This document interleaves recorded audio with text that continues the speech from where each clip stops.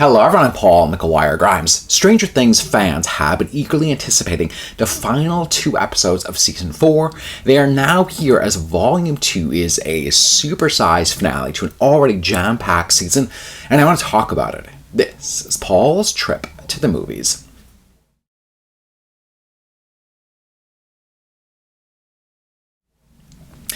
Episode 8 picks up right where we left off with this opening scene that is akin to A Nightmare on Elm Street, as we find Nancy in the Upside Down terrorized by Vecna as she learns the truths of his origins and the connections that he has to the Hawkins lab. Meanwhile, Hopper, Joyce, and Murray discover secrets buried within that Russian prison more dangerous than they had thought.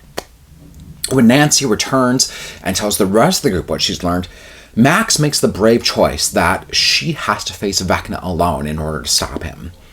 Then we have Will, Mike, Jonathan, and Argyle, who know that they have to find Al if there's any hope of keeping her alive.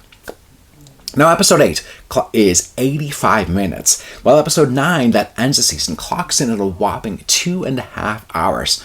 Now, most Hollywood movies aren't even that long, so you'll definitely have to plan accordingly if you want to watch them back to back.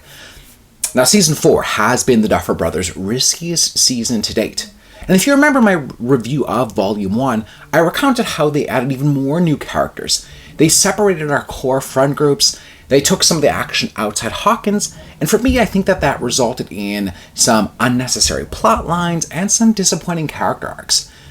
But Episode 8 is filled with the urgency and the high stakes that I wish we would have had gotten to earlier in the season. The drive within these characters is felt, giving us some tender moments between Nancy and Steve, Max and Lucas, and Will's monologue to Mike is absolutely touching to see him be so vulnerable about something that many of us watching knew exactly what he was talking about. This scene alone makes up for the fact that Will has been basically ignored this season.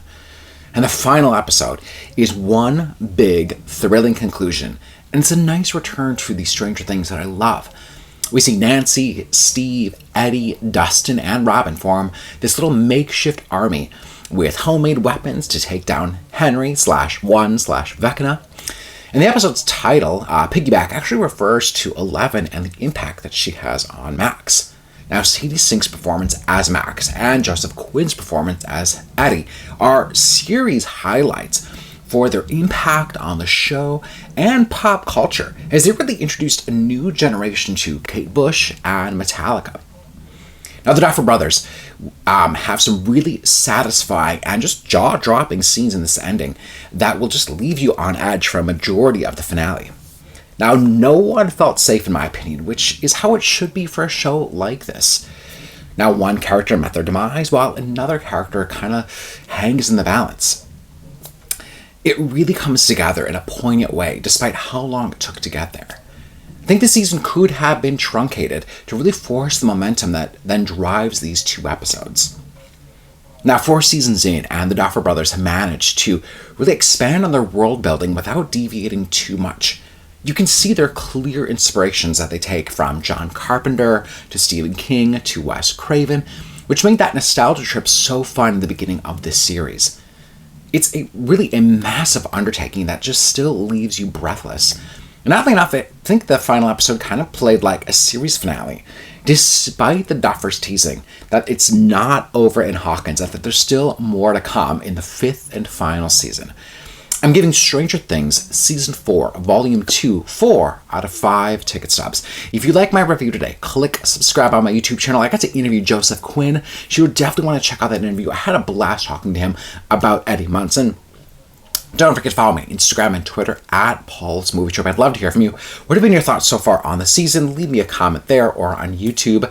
And then go to my website, paulstriptothemovies.com, for even more reviews, as well as an interview that I did with David Harbour back when Season 3 came out. Thank you so much for watching my review of Stranger Things Season 4, Volume 2.